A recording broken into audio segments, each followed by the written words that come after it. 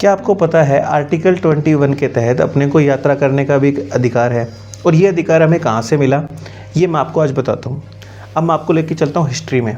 History में क्या हुआ, एक केस आया 1977 का, Maneka Gandhi versus Union of India. Maneka Gandhi कौन थी और इससे हमें कैसे यात्रा करने का अधिकार मिला।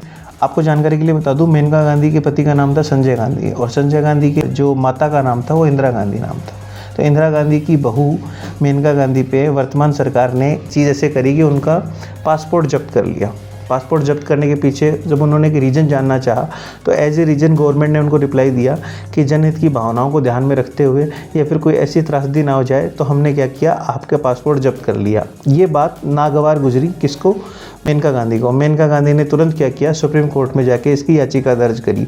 याचिका दर्ज करने के लिए उन्होंने आर्टिकल 32 के तहत याचिका दर्ज करी, जिसमें उन्होंने 3 आर्टिकल का हवाला दिया। पहला आर्टिकल 14, दूसरा आर्टिकल 19 और तीसरा आर्टिकल 21। 14 समानता का अधिकार, आर्टिकल 19 अभिव्यक्ति की स्वतंत्रता और आर्टिकल 21 हमें कहता है जीने का अधिकार।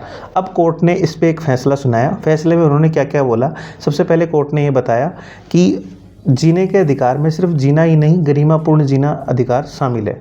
गरिमापूर्ण जीने का अधिकार यानी कि आपको जब आप जी रहे हो तो उसमें कुछ तो गरिमा हो, आपकी कुछ तो आज़ादी हो, सिर्फ जीना पशुवत जीवन जीना नहीं है। दूसरी बात में उन्होंने ये कहा कि अगर आप गवर्नमेंट कोई भी आपके अधिकार का हनन करती है तो उससे पहले उसे वैलिड रीज़न देना होगा और आपको कारण बताना होगा। अगर वो आपको कारण नहीं बताते हैं तो आपके अधिकारों का वॉयलेंट हो जाता है और वो चीज़ें वहीं पे निरस्त मानी जाएगी। तीसरी चीज़ उन्होंने स्वर्णिम त्रिभुज का सिद्धांत दिया, जिसमें उन्होंने आर्टिकल 14, 19 और 21 को बहुत ज़्यादा इम्पोर्टेंट बताया।